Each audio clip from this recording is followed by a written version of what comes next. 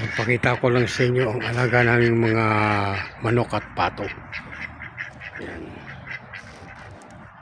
Ayan mga alaga namin dito ngayon.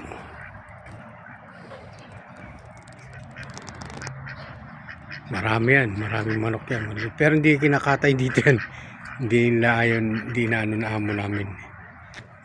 Ayan. May kasama mga pikak yan.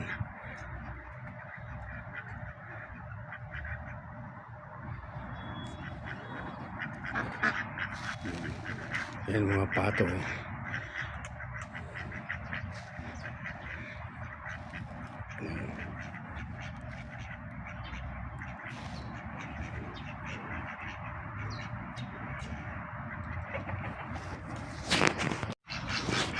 Mga pato naman.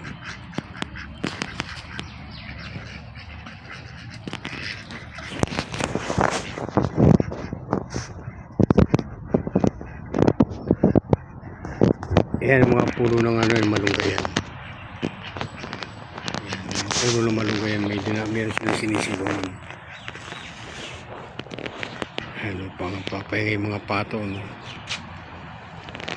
Dahil mga manok hindi kinakatay rito. Ayaw na, kumbaga ginagawang laruan lang ng mga bata yan. Tinitignan na ng mga bata. Bawal sa amin kumatay ng ganyang manok tsaka pato.